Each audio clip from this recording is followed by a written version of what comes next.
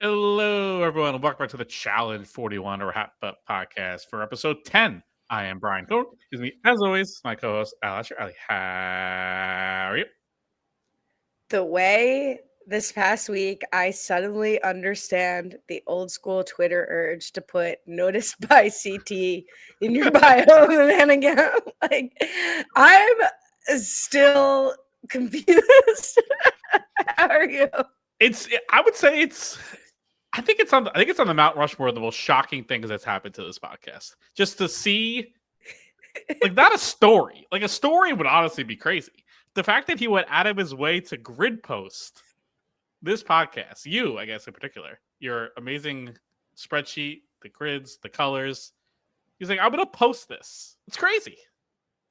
Okay, so for anyone who missed what happened, Brian texts me at 8:30 a.m. the day after the podcast dropped. Give it alert the podcast dropped. And to give extra credit, it was noticed first by Emily.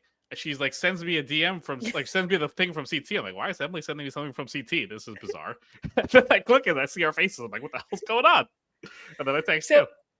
But he go to CT's Instagram, and I'm like, is CT retiring from the challenge? Like on this season, like the Justice for Lecca, or I was like, did CT say something crazy? He's gonna get canceled, and Brian's like the first to file here.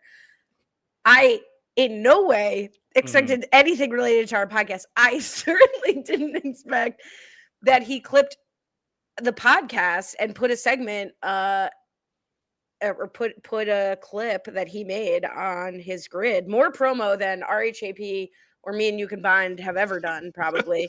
But it really blew me away. So CT, if we happen to have your attention again this episode, thank you for that. It really was a shock. It was very exciting.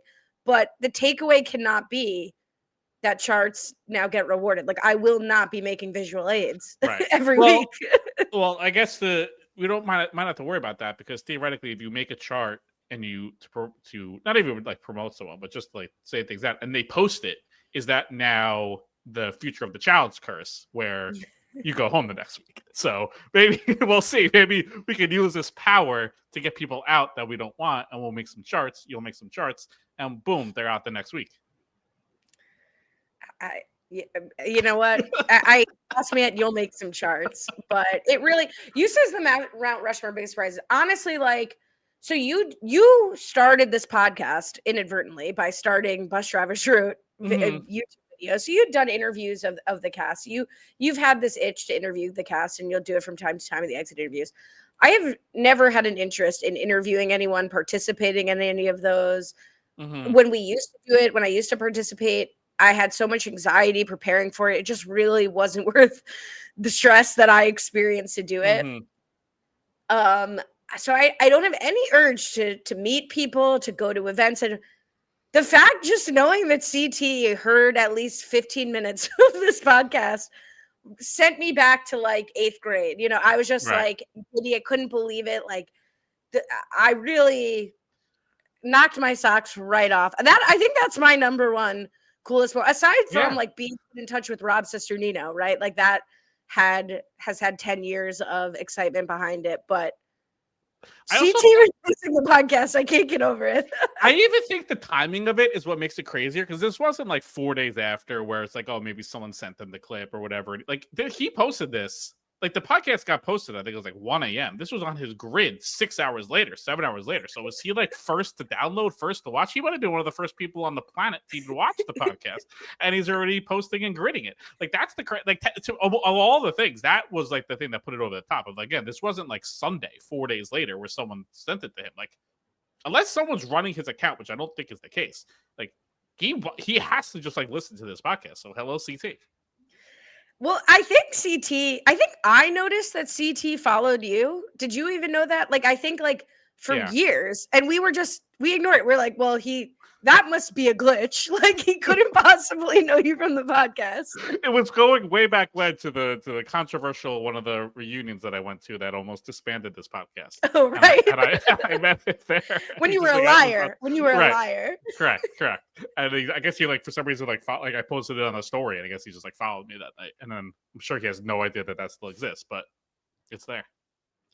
All right. Well, thank you to the listeners for allowing us to fangirl for 5 minutes. You can see, like, it's really sending me a week later. Still Yeah. sending me. Yeah.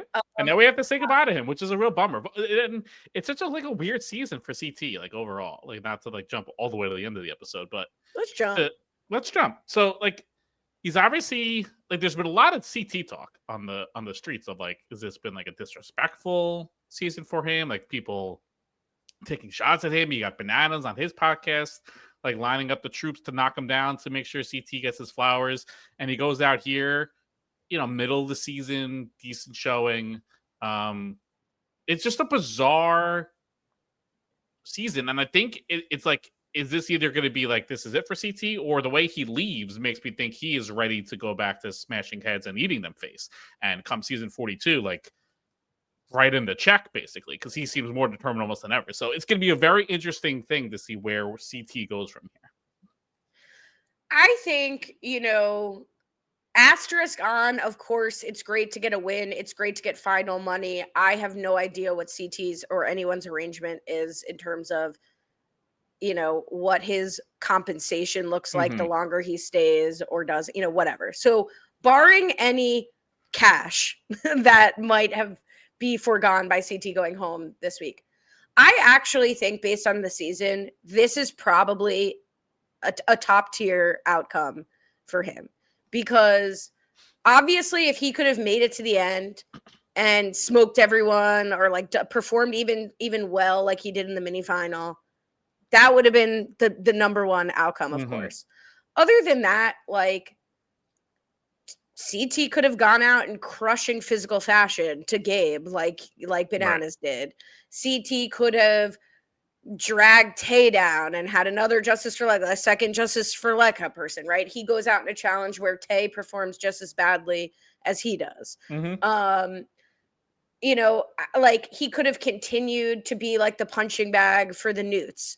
At least in this episode, we have a couple Newts start to admit, like, hey, I kind of want or Michaela and Justin say, I kind of want CT out because he's a physical threat. Right. So he goes from sort of made to be a laughingstock, not in my eyes, but made to be a laughingstock by the show, by the Newts and the people there. And he works his way up to outperforming expectations in the mini final, getting some confessionals of respect on his way out here, and going out in a very competitive elimination. So all in all, I think this is like the second best outcome he could have had other than dominating the final. Yeah, and obviously he doesn't go out as like physically embarrassing as he did back when Jay beat him in like the tying rope challenge. But right after that, that was a spark where CT then like went on a rampage, winning season after season. So if any elimination loss wants to spark him again, like I don't like you said, he kind of redeemed himself to a point where he's not physically embarrassing. Like he was pretty good down the stretch, but if he takes this as like I can't like take the season to get in shape, I'm gonna come in shape and go from there, then watch out. Yeah, well he goes out on a relative high note in this week's episode, sort of. Certainly the headline for people coming out of the season is the Justice for Lecca, is the he couldn't climb or he threw it, but if he didn't throw it, what's worse, he couldn't climb, so I definitely agree with you. He has enough motivation to come back, as he says to TJ, like, you wait till you see me. What did TJ said? Like, I can't wait to see what you become. Like, okay, a more metamorphosis coming on. Yeah, because it is funny when you think back. Like, I was like, oh, we see TJ think about it, Bananas a lot, and like, oh, we can't wait to see him in the future. It is honestly rare that CT loses like an elimination. Like he doesn't really lose eliminations all too often. So there's not even that many times that TJ has had to like say goodbye individually to CT. Like he's usually either winning the final or going to the final or like right there. So TJ doesn't get a chance really to like give CT his flowers individually. So he threw him a whole bouquet on the way out the door. And I don't get the chance to be validated that I did think CT and Taye would be a target for votes because they just got thrown right in for the elimination. We'll never know. We'll never know how they would have fared. It does seem like they probably would have been targeted based on where the House conversations were going. So I will give you the justification. You said that to me. I mean, I'm not going to congratulate myself on an outcome that didn't happen, but let's talk about what we sort of here is like the survey, the state of the alliances as broken down now in the new team. So I thought this was like an actually helpful mapping they did in the first 10 minutes or so of the episode. Well, first Sydney gives us her scouting report of the teams, which is like, I'm good, Turbo's good, Cedric and Michaela are good. There's this middle tier of could go either way, Jeremy, Aviv, America, Leroy, CT, and Taye. And then Jonna and Gabe are a laughing stock. Right. What do you think of the Sydney scouting report?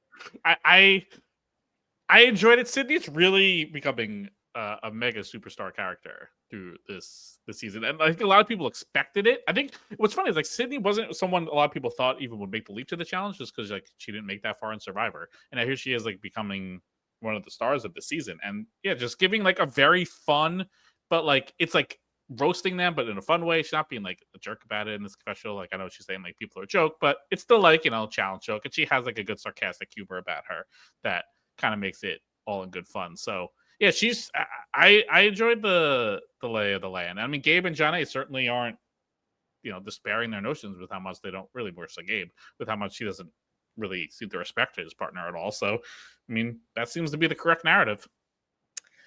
I feel so bad for Jonna because like, what are her crimes? Like, I know we laid it out last week that like she was lined up with Derek C and she came in late. Oh, okay, fine.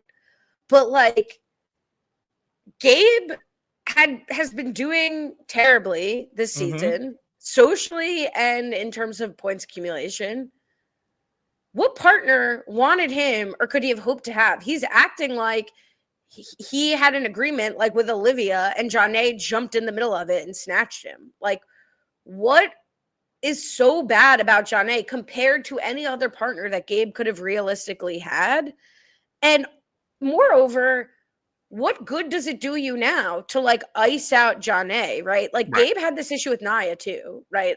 Like this is a pattern with Gabe. He clearly didn't learn anything from, crapping on his partner Naya.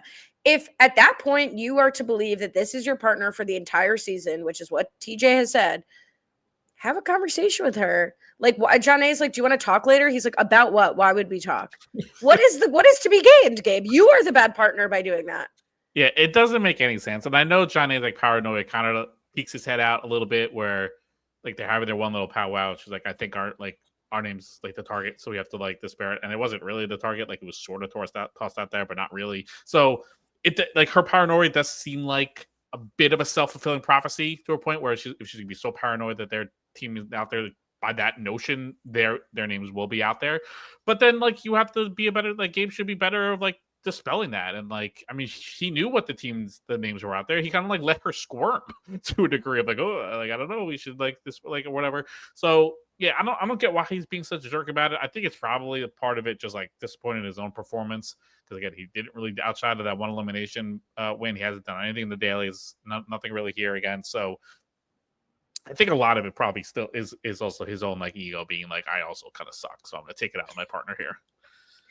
Wow, couldn't be me. I would never do that. Thank you. And then the expansion of sort of the closet alliance versus now what is being deemed the super alliance between. It seems like the pairs are sort of falling on the expected party lines, except for Derek K and D, where Derek K is apparently locked in with the UK team. I think that's a little bit of news to me. And Leo and Ashley, where Leo wants to rock with the UK Closet Alliance, but Ashley obviously is with Aviv and Michaela and Nany.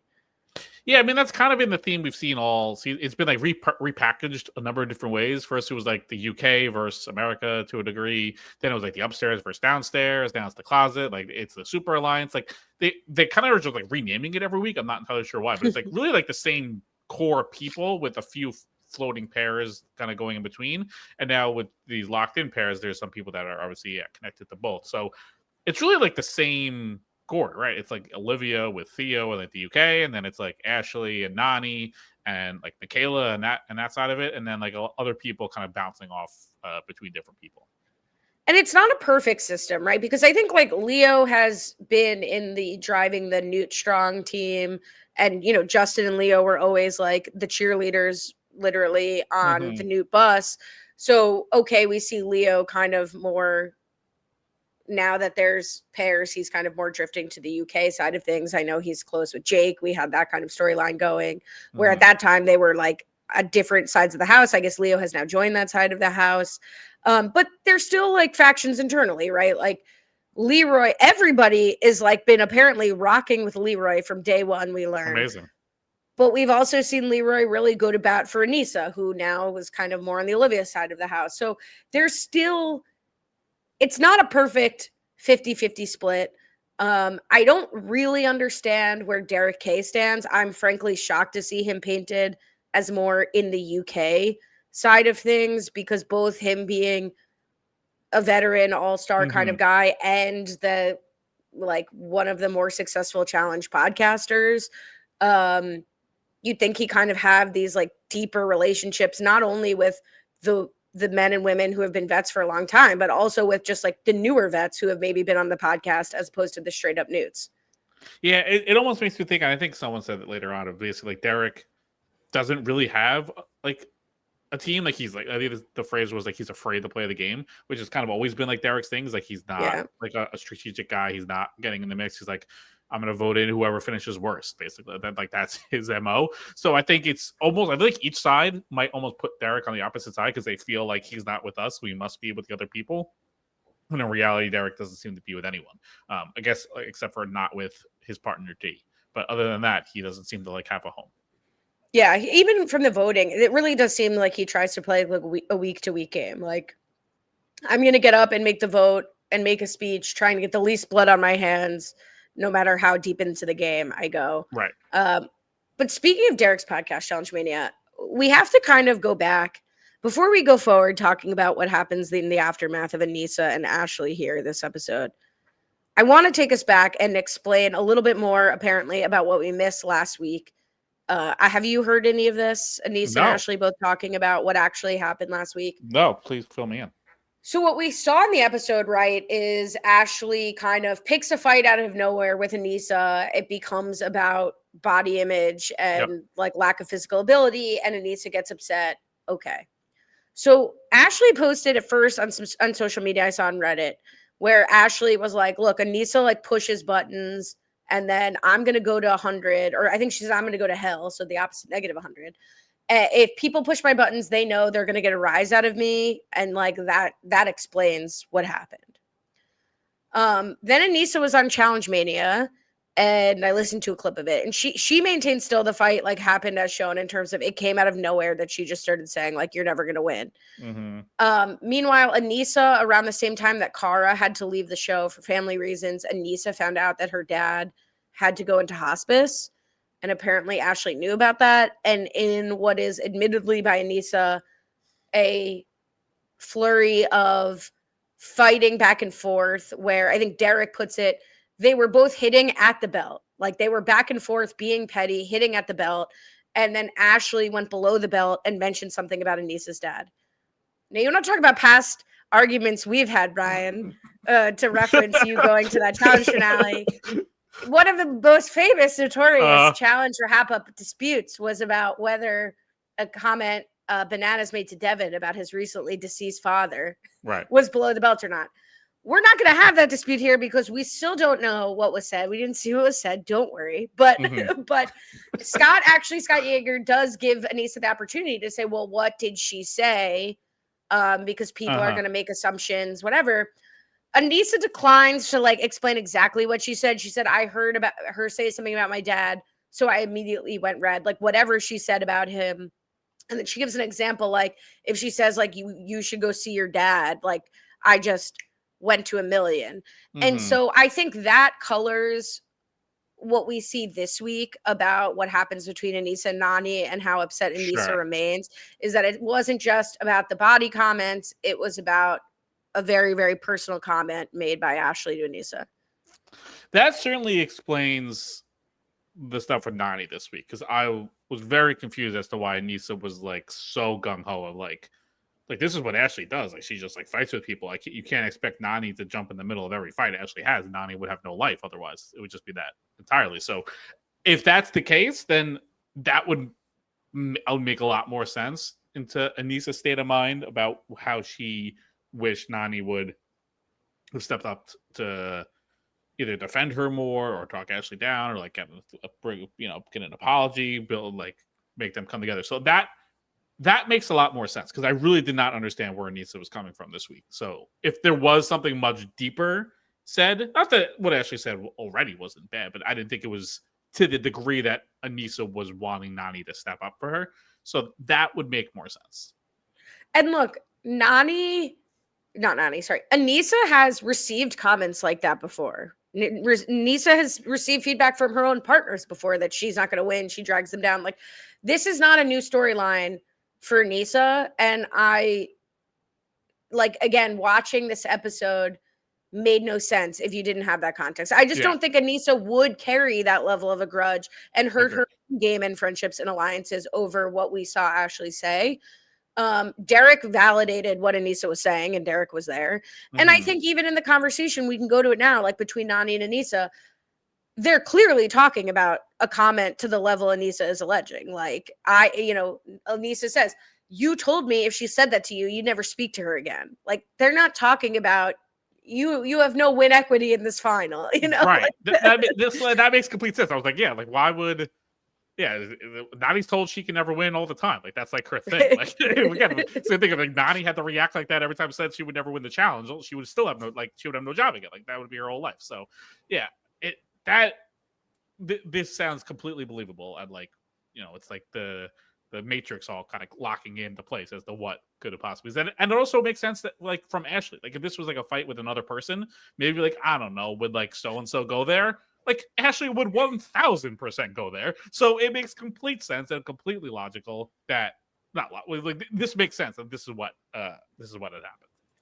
Yeah, so let's litigate now the continued fight, the extended fight between Nany and Aneesa, because I'm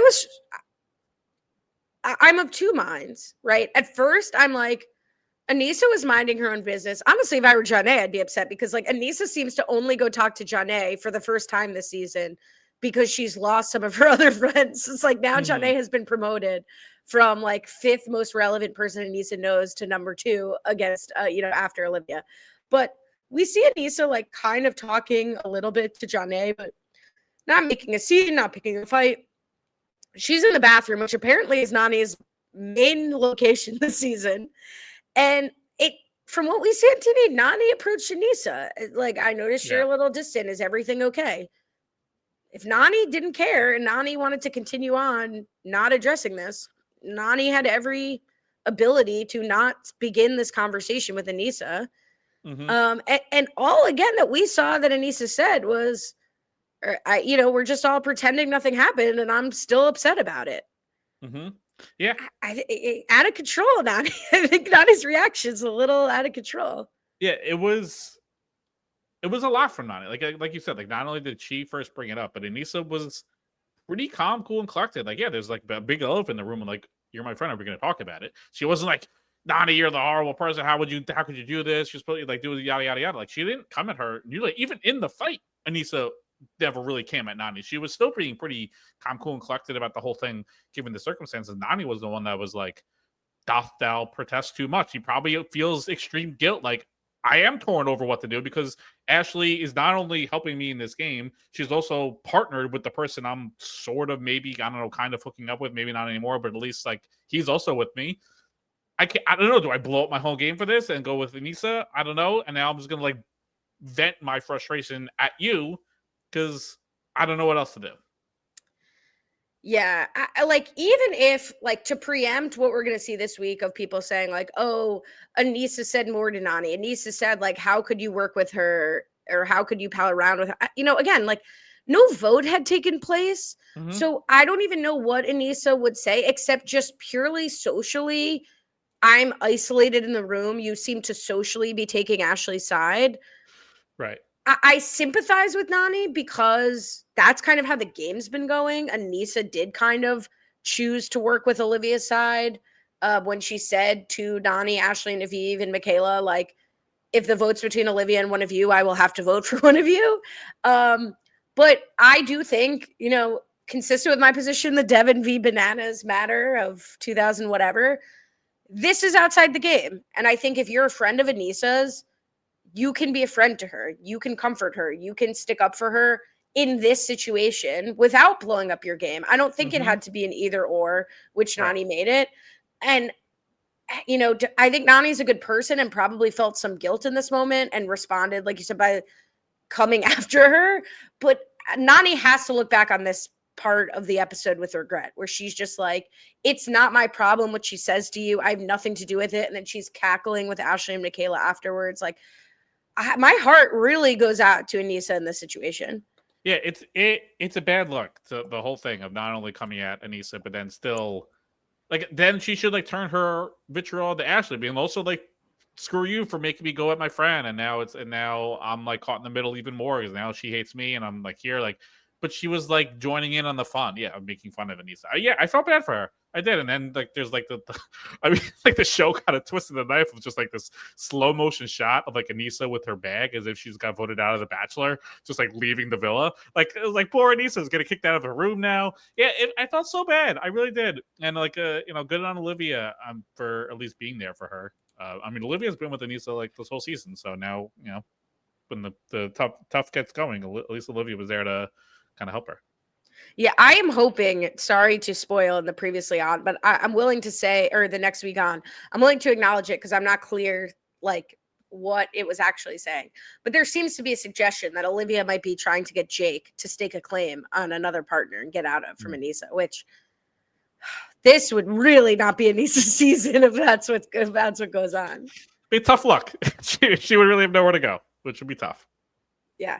And to preempt the comments from listeners who are like, what Ashley did is fair game and Nany shouldn't tank her game. She's on a different side of Aneesa. Again, I really just think what Aneesa was looking for is something kind of outside of the game, right? Mm-hmm. Like you can check in, we can be close, even though we're working with other people. And it does seem, at least from Aneesa's perspective, what we've seen, that Nany has completely checked out of her relationship with Aneesa since this fight. So yeah, there was no vote. Aneesa like not like they weren't up for elimination. They weren't empowered, have fortune to choose. Aneesa wasn't looking for her to even explicitly vote in Ashley for this elimination. Just simply like, I don't know, talk her, like getting some sense into her. It's like get like a real deep hearted apology, even if Aneesa wouldn't even accept it. I don't know, but just like get Ashley to do the work to Aneesa, not just like, you know, be laughing off on the side with her.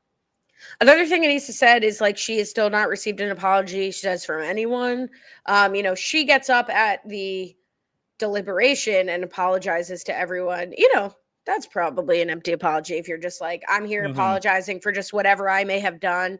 But two episodes in a row now, Aneesa doing her darndest to try and approach these conflicts in a healthy way. And she admits on Challenge Mania that she was like throwing petty fight comments back at Ashley also. But like, Aneesa is really hanging on to what I would have already let go of at this point. Like I would be like Nany, I'd never speak to any of you again. I even like the phrase they were going each other at the belt. I feel like you don't hear that too much. You really only hear when people are going below the belt. You don't really hear at the belt. So that's a fun little extra piece of it. Yeah. All right, should we get to the daily? Yeah, let's get to the daily right after this. Okay, we're back. Daily this week. Fast thinking. Just to add to the never-ending list of one of TJ's favorite things. This is Trivia Day, Heights Above Water. The twist on this one, it is done in 1,400 rounds of one person at a time standing on a platform, but this time the platform is a Stairmaster going at a certain speed. 18 questions per round. Every time you get one wrong, the Stairmaster increases in speed. You keep going until you fall off. And also no handrails can be allowed. I don't know. What's annoying to me is like I think this was the best formatted trivia in the sense of I like that it wasn't just like, oh, you happen to get a one question wrong, like you just don't know you're out or whatever. Like everyone gets the same questions, at least in the heat, but that's like the other issue. But like everyone in like the heat has the same questions. There's an extra layer of like endurance to it. There's other things to it that is not just trivia. And like the questions I feel like were pretty balanced throughout the rounds. The problem is this went on obscenely long. When they went to the third heat, I was like, who else still has to go? This is crazy. The fact that they couldn't make this a 2-heat thing where each partner goes once and then the next partner goes the next round is crazy. It took so long and I really like this format of this trivia. I was like about to come in. Oh, this is a great twist. I'm really into this trivia. This is a really good one. So long, 3 rounds, like it's perfectly paired. How do you not have each person go once? Yeah, I think the answer to that is they wanted it to be the final boss, have heights above water. But I don't think this needed to be in the air. I think like the mechanism to get people off was the Stairmaster, no hands, and almost every person besides CT maybe who fell off, like Aneesa even so much as stopped her machine to jump off. They all jumped off, climbed around and jumped off. There was nothing about TJ needing to like release them or them being suspended above water that I think made this more exciting, or at least excitingly making it more exciting enough to justify 3 heats. Additionally, it's unfair, right? Like I know like later Sydney says she has no idea how Turbo did, but it seemed pretty easy to keep track of how you did. Like, I don't know if Turbo specifically just didn't keep track of how he did. Right. In which case, like, if you're in the last heat, you know how many you need to get before you could just jump off. Or like once CT and Taye were out, you knew you had to just get 1 and you could jump off if you didn't care about winning. So, like, it just broke the challenge almost to me that there were 3 heats, both because it was boring and because it, like, they gave people an advantage who went later in the heat. Right. And a couple qualms also. Jonna, as opposed to this, that's the praise we've been. a couple more. Jonna's computer falls in, which I feel like is a production issue. She's like, TJ, says your computer fell in. You're eliminated. Like, what the hell? Why can't I just yell out the answers then? I don't know. That's pretty ridiculous. It seemed like she was about to like be done anyway. She was grabbing onto the Stairmaster, but how is that her fault? You didn't strap it incorrectly. Her thing fell off. That's on you. So that was bad. Well, wait, let's address that one. Sure. First of all, that was the funniest moment in, I think, trivia history in recent years. Like, I watched that 2 or 3 times. I went back immediately to like watch her because it's so funny to watch the computer. I was like, oh, my computer. Like, it's so funny. But and of course it would happen. Yeah. Of course it's to Jonna too. Like, it just feels perfectly like for this season. Like, of course, so Jonna was like, oh, my partner even knocks her own computer into the water. She can't do anything. It's not, my impression of it was not because she was writing the answer on it. It is because she was grabbing it like too much for support. So I think it was a user error. That said, I think that way too much discretion on how much you could touch the machine. Like, it really should be, if you touch the machine at all, you're disqualified. Like, why is TJ being like, enough, stop touching. Okay, now Taye, you're disqualified. Yeah, that was odd. Especially because it's all weird because you have to touch the machine, sort of, right? Because you're like writing the answer, so it's like you can do it when you're right. Like, I don't know, you're touching the computer. Yeah. Another thing I did like was the multiple choice factor of it. I like that it wasn't just like shouting out the answer; it was in front of you, so that was good. So again, like there was some things there for a good trivia, but they kind of messed it up. But in terms of the questions, the beef I had with one of the questions was the question was, what was the first year of the 21st century? Now, look, some of our younger viewers might not have been around for it, but I was alive in 1999, and we celebrated the end of the millennium, and it hit 2000. That was the millennium. How was the first year of the century not 2000? How was it 2001? I think that's like a thing. That was like the whole like Y2K issue, because then it was like, well, actually, right, because it went to 0-0. The beginning of the century is 2021. Like, I thought, like, I heard about that at the time. But that was the whole thing, yeah, because it went from 99 to 0-0, and the computers weren't prepared to go for 0-0. That was like the whole issue. So isn't that the first year of the millennium? How is it 2001? Yeah, but like 2000, it was the big year, but like really the turn of the century was 2001. I don't know why. I just remember that. Google it. I don't know. Didn't you do any pre-work here? I'm listening to Challenge Mania. Like, you get like my pre-work was here like watching the frickin'. My pre-work was being alive. Yeah, was like I celebrated the end of the millennium. If it's the end of something, the next year has to be the first of it. Yeah, the 21st century started January 2001. It's like how you're like, you turn 1 the first year you're born. I don't know. Okay, this is the first century in the Gregorian calendar, included the years 1 through 100. So the 21st century is 2001 to 2100. Then why did we celebrate 2000 so much? Shouldn't it have been like? Because like people like nice, juicy, round numbers. Like, were you around people being like, "It's the start of the 21st century," or were you around like, "It's the year 2000"? You know, like that. I think people just like 2000. I think there was a third option. To just those two. But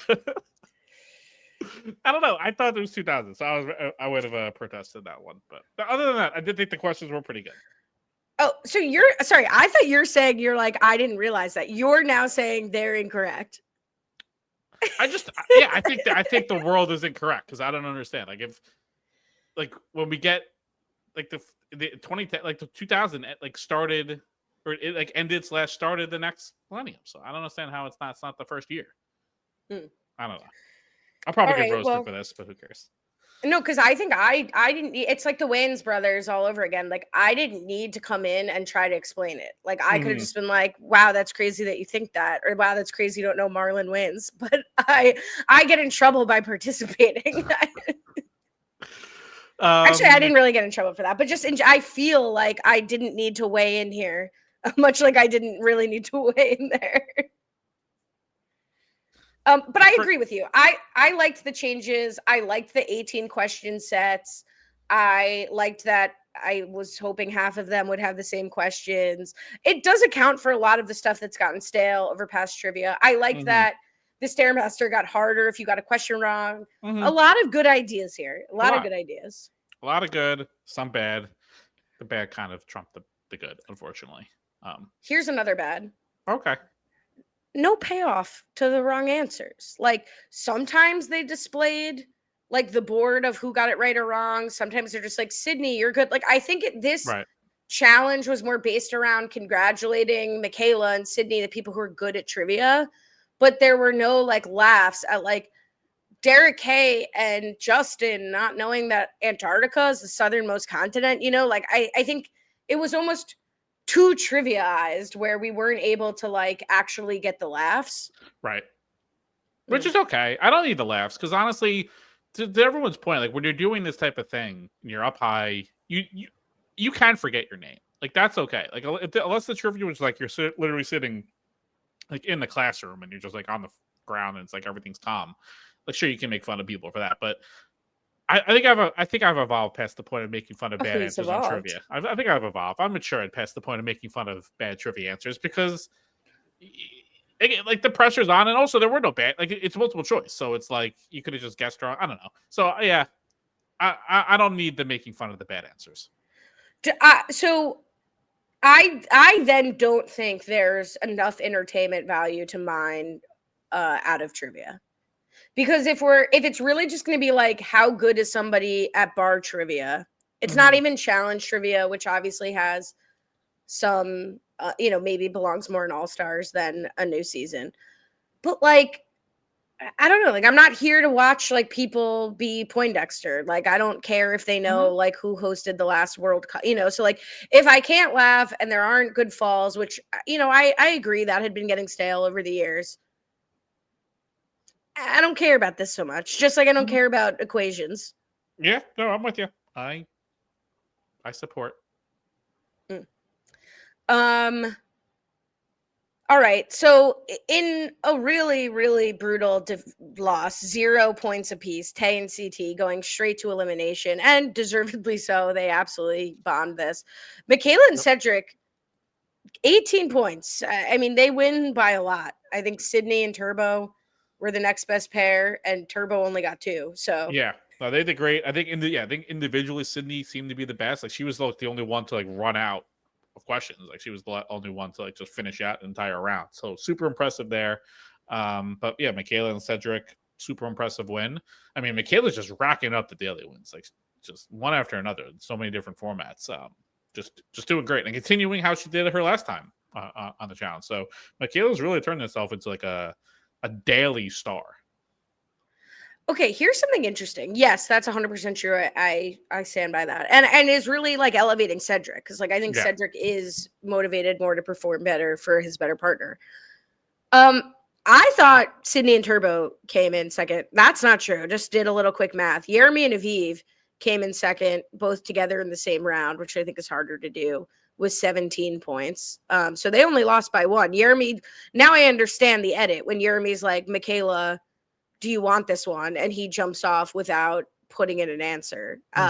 He, unless that was actually round 3 and they just aired it out of order, that makes no sense because he couldn't have known that he was how Cedric was going to do. Honestly, maybe that was aired out of order. Yeah, no, I thought the same thing. I was like, this is like, I mean, it's nice you're just giving it to her, but yeah, you don't know it's over. There's a whole. That's where I thought it was over when he did that. I was like, okay, all right, that's it. And then there was another round. I'm like, how is that possible? How was there another round? I thought Jeremy just gave it to Michaela. So yeah, that again, very bizarre. And then I want to call out Derek K and D, who were actually in third place with 13. Yeah, and that was or tied for third place with Turbo and. Yeah, they did not make it seem like they were in it at all. But good for both of them. I think they both did decently. I don't think it was like one of them like overwhelmingly doing much better. But good for Derek. You know, not usually known for his trivia chops to a degree. So good for him and D. Yeah, Derek got 8, D got 5. Better than everyone in the first round, and some of them combined. Okay. So we find out a little bit of the format that winning will only make you safe. Yep. And the remaining players will make up the jury. Spoiler alert to the actual deliberation. We find out that the winning team also will not be able to vote. Yeah, which is frustrating because it clearly shows that they had that idea in place, but they chose not to do it in the more interesting format of during the first half of the season. So, wish they had deployed that there. I think I'm okay with. I mean, it's so like there's not very little. There's no power to winning other than just being safe, which obviously is pretty big in and of itself. But I mean, if you have a losing team going straight in, I don't like when the winning team just gets to pick a team. I think it just really zaps a lot of the house strategic thinking. So I'm glad they're not doing that. I don't know what else they could do if they wanted to have, unless you could bring back the save, which I think could have been fun to have. You can bring that back, and you probably wouldn't add much value, but in the week it could. Sure, it'd be fun to have. So other than that, I'm okay with that. Yeah, at first I thought it wasn't enough power for winning because it's basically safety without power, like on Survivor. You be safe, but you can't vote. They could have had them nominate 2 teams, like a artificial hangnail kind of style, and then have the jury vote. But I think we're going to get down to too few teams to really do that effectively. And then when I heard about what we learned about the stake your claim situation, I was like, okay, presumably you will not be able to stake a claim against the winning team either. So that keeps you safe as a partnership and keeps you safe as a team in the elimination. And I was like, okay, that's probably enough, that double safety. Yeah, I think that's right. Yeah, I don't know if TJ explicitly said that about staking the claim, but that would be very surprising if that wasn't the case. So yeah, I think it's fine. And also, I mean, now we're down to like what 10 teams, 11 teams. So you know, winning it's pretty consequential. I mean, there's only probably like 5 or 6 of these eliminations to go. So I think every win puts you one step closer. So I think I think it's okay.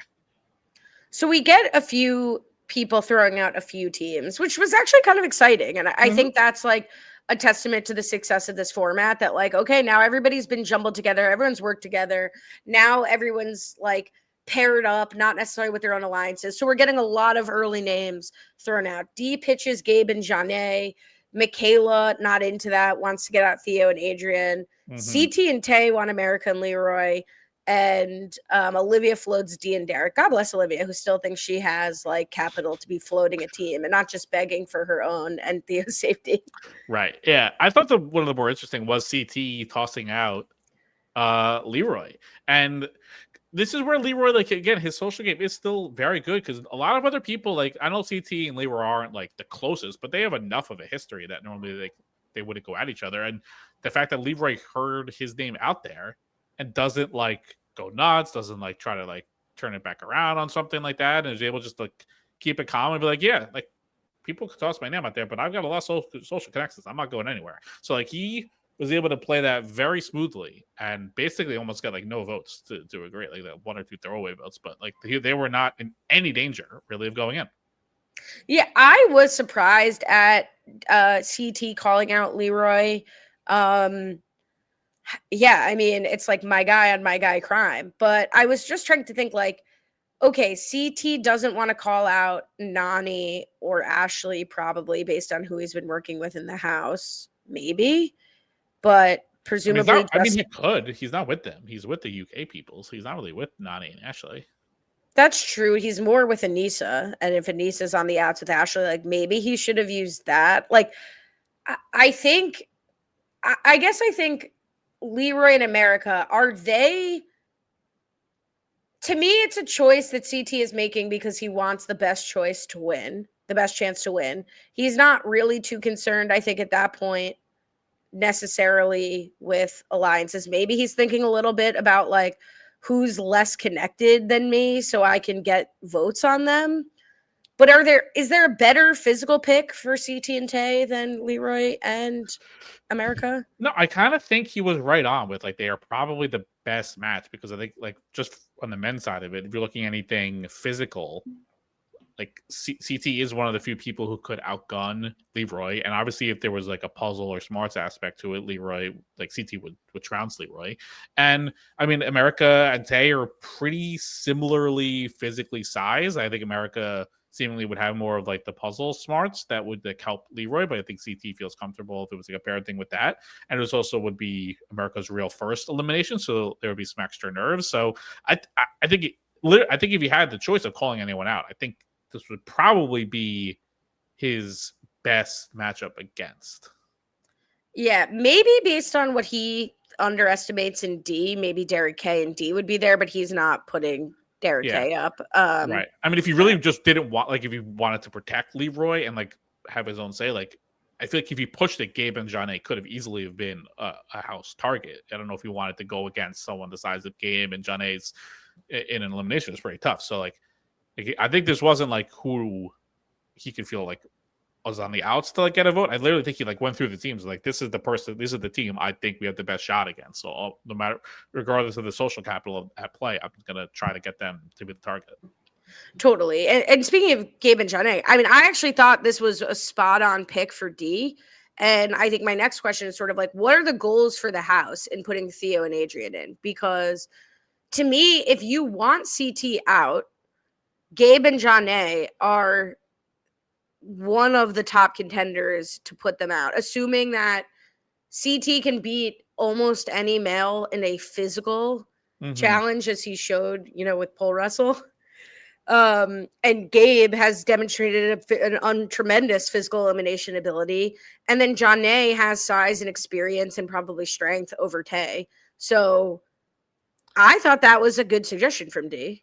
Yeah, I think the Theo thing makes sense though, because I think number one, like I think they're now viewing CT as a big threat. They want to get him out. So you need to put someone of a bigger like at least a physical standing that could, if it came to that, compete. And Theo could compete with that. And also, as who I think it was like Michaela pointed out, like Theo, like the Theo Olivia Turbo trio is like maybe the most, I will not say this person's name, block in the house. Like obviously Olivia and Theo would never say her name. Is Turbo seemingly won't say Theo's name, and we all know Theo to be like Turbo to be super stubborn. So if something's in his mind, he's never going to do it. So those three seem like are never going to target each other. And Turbo and Olivia are two of the most likely people to win and be in power. So that's like those people will never be, I guess, they'll never be targeted. So I get the extent of wanting to break up that trio as the numbers kind of get down to it.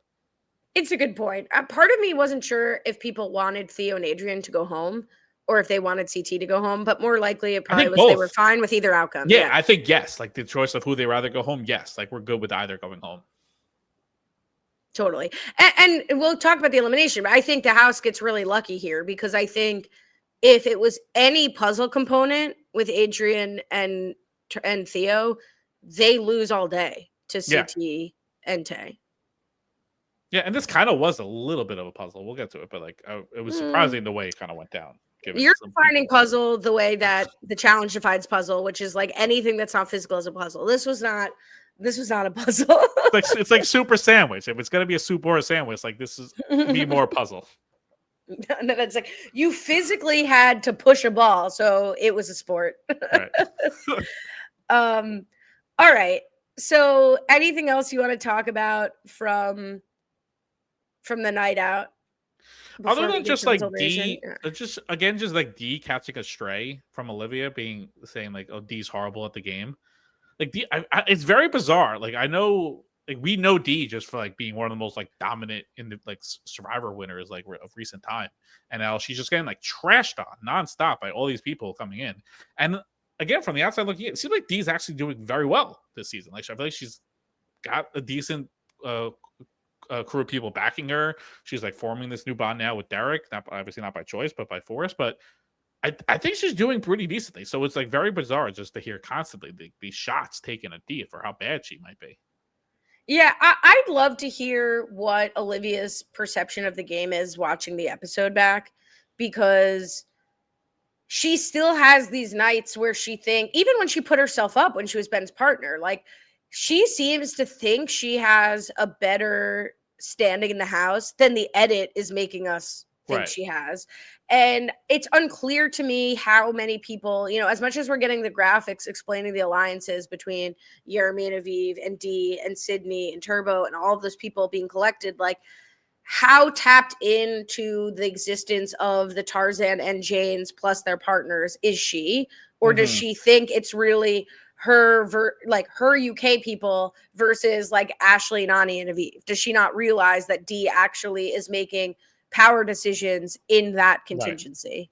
It's like I think Olivia does know, because in that same breath when she was trashing D, I think she was pitching it to Will that like I think she said to the extent of, I really don't have like anyone. Like I know people are scared of me, but like I really only have like Theo and like I think now I have like Aneesa, and that's my whole coalition. So I'm like kind of like a free agent-ish, like someone like scoop me up and let's go to war. But then at the same breath, she's also like trying to dictate votes and like, oh, I'm gonna push this person to go in when she has no backing. So yeah, I don't know. It's an odd thing for Olivia. Yeah, and I wasn't sure if she was saying that to like appeal to Will because they have a big gap to bridge in terms of their alliances. And I think Olivia is looking to get scooped up by Will, right? Like, keep me safe in your alliance and let me just bring like one or two friends. Don't even worry about them. Like, Right. So I don't know if she believes that or if she's trying to look more non-threatening to Will, probably somewhere in between. Yeah. It's interesting. The only pairs we get telegraphing that they're like struggling on how to vote together. We end up seeing a couple of them hash it out during deliberation, but it looks like Ashley and Leroy and Jonna and Gabe are going to have the sort of furthest to go in terms of deciding between Leroy and America and Theo and Adrian. Yeah, it seems like that's the way it was breaking down. But yeah, it's weird like how the votes all kind of just like broke out just like clearly one way, and like everyone was just like trying at their best to avoid blowback, where some people were just like willingly taking the blowback. It's a little weird too with Leo because Leo and Olivia were, opposition in the early game. And presumably, week 3, Theo probably would have loved the opportunity to take out Theo. Right. And kudos to Adrian, I guess, who has made her own relationships with some of the newts outside of the UK alliance, putting Leo in the squeeze on Leo. It's almost like Leo doesn't know where to go now, where his whole thing was like newts first, let's get out the vets, and now he has like if you go after anyone, you have to get out a newt and a vet. So I feel like Leo's kind of like he just doesn't know where to turn his attention and turn his focus, because that was his shtick of like newts stick together. So I think he has to kind of regain his bearings a little bit about what to do for his character almost. Totally. You're going to have to figure it out before you ever get new to the week again. Right. Which, by the way, when I sent CT's repost to like 1,000 people who don't even watch the challenge, you're like, are you saying noob? Or like, oh God. Yeah, basically. Okay. So before we get to how the vote shook out, which I agree was very interesting, and spoiler alert, I have a lot of frustration about a lot of people's votes. Mm-hmm. But we find out what staking a claim is going to look like this season. Yeah, so when it comes to the selection, anyone can choose to stake a claim in someone else's partner, presumably not the team that won the daily that week. They will then go to a battle, a one-on-one mini game to compete. If you beat the person you're trying to steal their partner from, you swap partners. You are now their partner. If you lose, you and your original partner replace the team that lost the daily and are going right into elimination. I think that's right? Like you replaced, or do you just face the team that lost the daily and go into elimination? I think you go right in against the team that lost the daily. Okay, so then yeah, and I think the TJ also said it's one claim per team. So meaning if someone tries to claim Olivia and that person loses, no one else could try that again for the rest of the season. Oh, I thought. Or is it one claim for like you could like Sydney can only try to claim one person? Is that That's what I thought it was, to prevent like Gabe showing up every week being like, I'm staking a claim. Okay. Because presumably once your partner stakes a claim, you would want to stake a claim the next week if they lose, right? So like I think that's how it is. My question is, if your claim is successfully staked and you switch partners, does your new partner generate a new claim to stake? Or like how does I would have to imagine the claims like regenerate with a new partnership. Yeah. I think it's like when you're like a successful challenge in football, like you get it back, you get to do it again. But if you're wrong, you don't get it back. It's gone forever. That's probably how it would work. But if you, as a coach, were switched to a new team, do you then get another challenge? Like I think that's right. Yeah. I think if Gabe stakes a claim successfully and becomes Sydney's partner, Sydney and Gabe now get one claim to stake. Here's the bigger question. Go ahead. No, I was go for it. I was gonna say, although maybe that doesn't work because they don't want the new pair to immediately stake another claim next week. So we'll have to more on that later. Do you think this happens? Yes. Interesting. You don't. I don't. I don't think anyone will. The only exception I could possibly see is someone trying to get Turbo. I think other than that, I don't see. I don't think anyone is going to do this. Interesting. So, like, I think what I like about it is that it's going to really depend, obviously, on who's in the elimination. Now, do you think no one's going to do it because the consequences are too high? The stakes, pun intended, are too high in terms of you go into elimination if you lose? Yeah, I think it's a number of things. I think first, there's no one on this cast that I feel is like so like there's no absolute dud that it's like I have 0% chance of winning a final with them. I think there's people that we probably don't think can win, but I think there's enough good people that people aren't like I just can't win with this person. They stink. I need to get away from them. I think if you do this and lose and you're like crawling back to your partner, I think you're basically ending your game because it's like a horrific for your partnership. And then then you're going right into elimination. I don't think anyone's bad enough, or with the exception of Turbo, anyone's good enough that it's just like worth doing. Let's talk partner by partner. Like Michaela and Cedric are not doing this. Nope. Jeremy and Aviv are not doing this. Nope. Olivia and Will are not doing this. Sydney and Turbo are not doing this. Aneesa and Jake, asterisk. I think Jake's probably too nice to do this. And Aneesa wouldn't. No, Aneesa's not doing this. But with Jake is like, we talked about this after the mini final. I think we agreed that there are a few partners where having them makes you the final winnable, and everybody else is probably drawing dead or in an any given Sunday position, assuming all of these people make it to the final.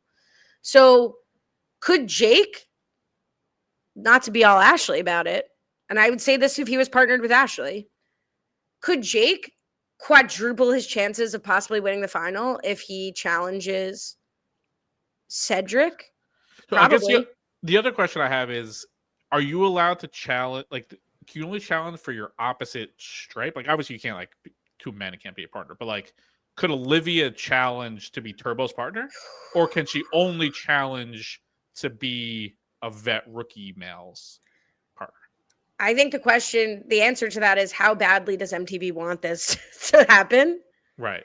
I think if a veteran could challenge and pick a veteran as a partner, or in some cases vice versa, maybe that increases the likelihood. My working assumption is you can only challenge to get an opposite stripe. I would think so as well. I think I think Cedric is ripe for staking a claim. Not to diminish him, but do I think Jake maybe thinks he could beat Cedric and it's worth it taking a swing? Mm-hmm. And look, like if I'm a Newt who thinks I haven't made that big of a splash this season and I'm not gonna win the final with my current partner, stake a claim. Like, I mean, at least maybe that makes you come back. Yeah, I mean, I guess like I don't think she's this bad, but again, the show is presenting her to be this bad, and the show is presenting this person to maybe do it. Like, I guess they're presenting Gabe as the most likely person to do so, and I guess going for Michaela would increase his chances quite a bit.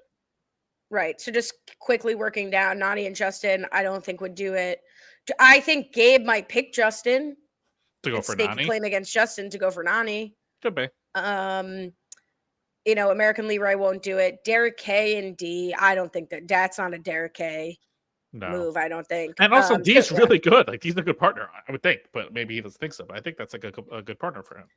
Yeah, so I would say Gabe and Jake maybe being positioned as possibly staking. But now that you say it, it's like, yeah, maybe this won't actually happen. But when TJ presented it, I really like this as an option. I think it's an appropriate risk for the, huge reward, and it's not going to result in constant switch ups, which I think would ruin what we've built here this season. Right. That was my biggest fear when in the preview for this week there was like the idea of the stake. Like, I didn't want it to be like double agents and like they're swapping every week. It's like I thought we just did that to move to the point where it was called locked in. So I thought we would be locked in.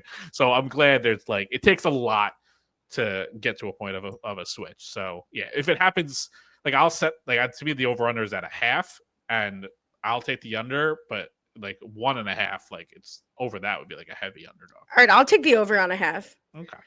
I think it's also like I'm curious to see. I would like to see what the challenge is. Like, it feels very drumline. Like, are they going to be challenging each other? We've seen them in a battle for new champion, like go off for their individual elimination and come back and kind of not know what it is, not know what's involved. And those were sort of a combination of puzzle and physical endurance. So I hope it happens. It's got to happen. It's got to happen once. I like the over. I mean, considering this is like an off breed of fresh meat, or what the fresh meat eliminations used to be, where like, yeah, you go off, you do like basically a mini final type thing and come back. So that could be what the duel is. Or it'll be like, what was the stupid thing they did in the All-Stars final where they did like the rock, paper, scissors?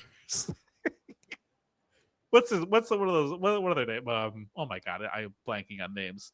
Who's Avery's fiance? Oh, Adam? Yeah, didn't they do like a duel in the back? Yeah, sure. I don't know. Yeah. I'm not getting involved. I've learned my lesson. Yeah. I'm not taking swings. No, it could be something like that. Rock, paper, scissors duel. Oh my God. Cancel the show. All right, let's talk about the vote, because it was certainly the most interesting part of the deliberation. Although, if you're going to see a claim stake, you're not going to see it when CT's sitting in the elimination. So we'll see what happens. Here's my criticism. Go for it. And we talk about it all the time, but it bears repeating, especially this week. If you are burning a vote when you could have otherwise changed the result of the game, you are voting against that person that you said you can't say their name. People need to strike better deals. It's not, I won't say your name. It's, you will actively participate in votes that could help me stay in the game. Also, to like the standpoint but adjacent, if you already have enough votes to go in and someone votes for you that is your friend, I don't think you should necessarily be mad at them, because there is no difference. Like with Adrian and Leo, like they're going in. Sure, he voted for them, but they're going in with or without their vote. There was no like one vote this way. Like that's it. So if anything, I would have more respect for them, not just like throwing away their vote and looking nonsensical. At least they stood on something. Sure, they voted for your friend, but like you're already going in. So here's the thing. Like, yes, the Ashley Leo vote, I think, was anger misplaced from Adrian, because Leo's in a tough spot. He's got a new partner who's extremely dominant, and, maybe he could have done more. But how about you yourself burned your vote? Like, they voted for Derek and D, and maybe that's because they followed Olivia's stupid plan. But Olivia's smarter than this. They did not have the votes. It was obvious they would not have the votes. So you need to go. If Leroy stands up, or whoever stood up and said there are two names, Jeremy stands up. There are two names going around, two pairs: Leroy and America, or Theo and Adrian. Vote for the person who's not your boyfriend or yourself. Right.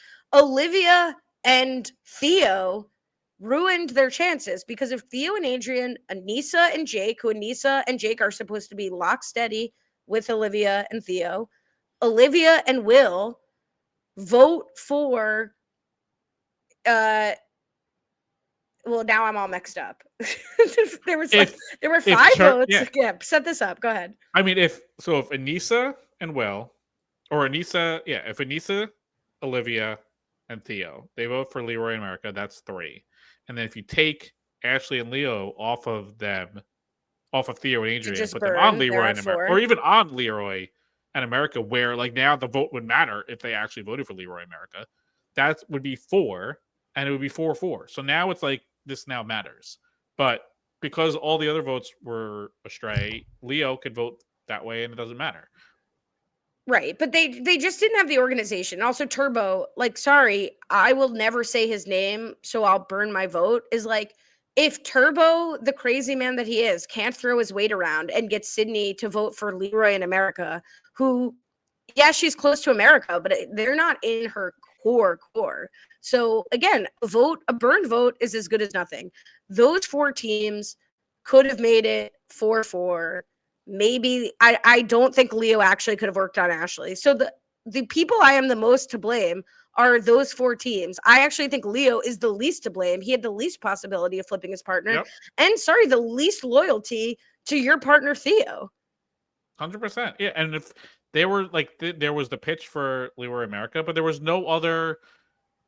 Theo and Adrian did not have enough of a counter pitch throughout the house. There was too many other names. I think CT clocked that. He was like, hey, there's a lot of names floating around, so I'm going to take like 3 or 4 votes to get voted in. And it always baffled me, because like, what else are you doing in this house besides trying to campaign for votes? Like, yeah, you're going out to the club one night, but then you're back home and you're like, twiddling your thumbs. If there's only like 11, 12 pairs voting, it doesn't take that much coordination to get things together. Yeah, it's a little bizarre that they couldn't all just land on even just like Gabe and Jonna, or a name that's like no one would care about, but at least it wouldn't be Theo and Adrian. Just get everyone to say Gabe and Jonna. Right. If you're presumably having conversations and Turbo is like, I can't get Sydney to flip, and Leo's like, I can't get Ashley to flip, it's like, well, who could you get them to agree on? Okay, right. Well, then we have to just go put the votes on where we can get agreement on. To just like die on the Derek and D Hill, which isn't even really an important team to get out at this point. They're not the most vocal against you. Like, they're not the most social capital having people in the house. So it was really a complete failure of Team Olivia here. It is. It was 100%. 100%. I did enjoy in classic Aneesa fashion, as she's been doing all season, trying to avoid all blood. As it gets down to her, she turns to Jonna and says, should we just burn on each other? Like, yeah, sure, let's do it. Yeah, and so we don't even know where Gabe and Jonna would have gone if they were possibly a vote for the Olivia faction or not. Yep. It is also odd. Like, I feel like I understand you when you're voting for someone, you say this, I guess, so they don't make you feel bad. But then I feel like it just like makes you look kind of weak in front of the whole house. But like when you stand up and say like, I'm just gonna burn my vote on so and so, like, isn't that to me like that's like is so Weasley that I would like, all right, well, we can't rely on them to make any sort of like actual decision. They're just like burning their votes elsewhere. Like, I don't get why people announce that this is a burn vote. I agree. It's pathetic. Like, it really, we need to go back to the season where they like penalized burn voting. Hated it. Because also, like, even if they had forced a 4-4 tie based on what we were talking about, then the people who burned have to go back and, put it on the table. Yeah. So they have to revote. So even if like Theo needs to push to get Turbo and Sydney's vote and he can somehow get 4-4, great. Right. Let's see what Turbo does if he's willing to be dishonorable. Yeah. Or I think Turbo actually might go throw himself in over it. He might. But that kind of goes back to like your original thing of like, should the winning team have just should they just nominate 2 teams and then like the House votes on those 2 teams? Because then there's no burn voting. Like you have to just pick between the 2, and people actually will do campaigning and stuff. So maybe they should have done that. Or maybe in a tie, they'd have the winning team break a tie down, so it wouldn't even be 2 people going in. Yeah, it could be. All right, let's bust some balls here in the arena. Yes, the elimination, busting balls. Concept of this elimination: one person is blindfolded, the other person is guiding them as they will be launching 50 balls at 15 targets. Winning team, whoever gets the most quickest. Yeah. You said you had some things to say about this. Yeah. Look, I don't know what it's like for Theo being blind in one eye. I would think one of the things that he would struggle with the most, like I know if like you close one eye, you kind of lose depth perception. If like that's something he would struggle with. I personally was quite surprised that he was the one not blindfolded, considering of his condition. I would think this is something he would struggle with. Why not be blindfolded and let your partner do it? It worked out. That's why I'm sitting here, and that's why they were there. I was just confused by that choice. Yeah, it was. I was surprised to me too. I think sort of hand in hand with that is I was frustrated that it did seem like the person giving verbal instructions pretty much did this challenge completely on their own. Like this was CT versus Theo. I feel like CT was even moving things at some point. Like it was not clear to me. Should have been like the elliptical rules. Like you cannot touch the launcher if you are the caller. I wish there was just more, the caller was 10 feet away or something. I wish there was more of a separation of the roles. But yeah, kudos to Theo. Him and Adrian seem like they work really well together. I mean, they barely eke out the win. It had a very, very exciting conclusion. But they took it by 1 target. Yeah, if it was edited the way it played out, it was literally the last shot. And it almost makes me think it wasn't, because if it was, I feel like there would have been more of a pop on like the last hit. I feel like it would have been like more of a surprise and more of a whoa, like they were just like, oh, it's over. Like it seemed like that, like the way it was edited, like this is do or die. It's either like if they hit this, they win. If you lose, if you miss it, you lose. And it was just kind of more matter of the fact when it was done. So I don't know, maybe it was that I don't know how they would have re-edited it, what they would have done, but it didn't seem like it was as like they won by 1. TJ said that, but it didn't seem like it literally came down to the final shot. Yeah, I mean, it seems unlikely it would come down to the final shot, but so maybe your tinfoil hat is right. Alternatively, like maybe when you're in it, you don't have as good of an idea of like how many targets you've hit. Like, did Theo in that moment know that he needed that last target to win versus just like what happened? But yeah, I don't think I need to see this elimination again, to be honest. I think this was like edited or real the best possible way it could have gone. Yep. And it was a fun way to not have a puzzle and not have something physical, right? Like it was a good kind of different set of skills to try and test. I like that they're constantly evolving, but not in my top 10 eliminations. No, but it does always frustrate me when, like I think Theo said like before this, like, oh, this is something you can't train for. And it's like that's like the challenge, like that is the challenge. Like almost everything you do, like you don't train for outside of like the final. You could theoretically train for, but even the checkpoints are sometimes unique. So like I don't like that. You train for you train just for problem solving and like how to do things under pressure. Like that's what you're training for when you're doing these types of things. So well, if you watched your girlfriend's final where she broke her face and had to get eliminated, you know that like launching balls into targets can be a pivotal part of the challenge. I thought you were talking about me at first. I was like, dude, what's going on? Not to my knowledge. Yeah. But all right, so CT and Taye, they're eliminated. We kind of gave CT his goodbye at the top of the show. What do you have to say about Taye? Likelihood of returning for Taye? I would love to see her back. I don't know if we will. I think she formed a good bond with CT. I think other than that, she's not super memorable. If we see her again, I would be, oh, fun, Taye's back. I think there's likely we probably won't see her again.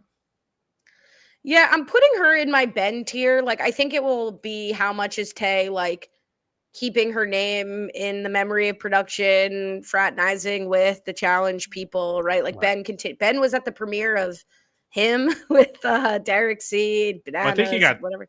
The problem for Ben is, I think he put it on his story. I think he got denied going to the reunion. So I would say not likely Ben is making a reappearance if they won't even fly him out for the reunion. Oh, really? See, I don't think that that's material to his likelihood of coming back because, like, what does Ben have to talk about at the reunion? I think, sorry, Ben, nothing. And he has a podcast, right? So it's like, I don't think there are reasons to fly Ben out for the reunion. I don't think that necessarily precludes him, unless you tell me like Blue's there, right? Then I think he's out. But if there's like a certain tier of person cut off by which you no longer are at the reunion to talk about, you didn't hook up with anyone, you didn't, there's nothing to say. I think Taye's, for whatever it's worth, whether she's at the reunion or not, I think she's in the same tier as that, which is like, I think she could have more to give. She could get invited back and keep it going, especially outside of sort of being cast in the UK bucket. If she comes back and has more relationships with other people, maybe she does well and doesn't end up being, a frequent target. Yep. But if she's not back next season, I don't think anyone's going to be like, whoa, justice for Taye. Where's Taye? Yep, totally. Were you surprised when CT got knocked out? There was no final justice for Lecca even mentioned. Not even like a whisper. Just nothing. No, and thank God, because like I think you were right that like that was gonna end last week and like that needed to end last week. Maybe Lecca, if that gets Lecca to Skype in or be flown into the reunion, then it'll have been worth it because I love Lecca. But I was happy to not hear about that. Funny that TJ wades into the who's the goat of the challenge discussion by taking a non-stance by calling TJ a GOAT. You are a greatest of all time. Yeah, I don't think you could be a GOAT. I think there is just a singular. You could say you're on the Mount Rushmore, but I think GOAT would imply singular. So you're saying you only have one best friend?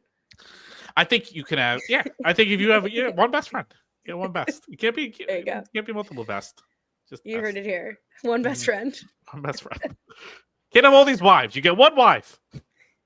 Do you think so? CT says that Taye is a Rookie of the Year contender. Do you stand with that? No, certainly Taye, not. I don't think ever won Nude of the Week. Not that that's a science, because we forget to give it sometimes. Right? No, obviously not. The Rookie of the Year is a rookie is gonna presumably win the season, so they'll be the Rookie of the Year. Yeah, I don't think she's a Rookie of the Year competitor, and I don't think she got a Rookie of the Year edit. But I like Taye. Sure, nothing bad to say. No, she seems like a very sweet person, very nice person. Good for her. But no, not Rookie of the Year status. Here's something I'll complain about. I have something bad to say about. We get a confessional from Nany saying like, well, Theo and Adrian, they're gonna get voted in over and over again until they go home. That's just what it's gonna be. I hope not. Like, yawn. Like, I'm not like fighting for Theo and Adrian to like stay on the challenge. If that's the case, I hope they go home next week because like I can't watch that. No, it almost makes me happy they included that because that would imply that they're probably not going to go in next week because hopefully it's the old rope-a-dope. But why can't they also I mean, what are the pillar formats? Just like you win elimination, you get the cone of safety. You can't go in the next week. I don't know. They used to do stuff like that. Bring that back. Then we're gonna have so many teams that can't go in. We'll be voting in between like 3 teams. There'll be 2 teams: the winning team and and the team that already lost. And so we're already down to 11 teams. So that's 3 being out of it. I don't know. It's okay. I'm sure they won't go in. I'm sure, and if not, let them go home next week. Let them go. Yeah, it's all or nothing for them. That's this week, episode 10. Go subscribe. Rob has website.com/challenge feed. To follow you. Follow me on Cohen _ I can follow you. Follow me nowhere. Join the Facebook group. Having a lot of fun there. Check out News Girl Old Guy talking about the paper. And I had the great esteemed pleasure of being on the RHAP B&B with Mike and Liana playing some games. I say this every time. But premier challenge Survivor podcast, honestly, maybe even the premier challenge podcast. I love what they do over there. I always get excited to get the call. Check that out. We had a good time. Love to see it. Love to hear it. We'll be back next week for episode 11. Till then, have a good one.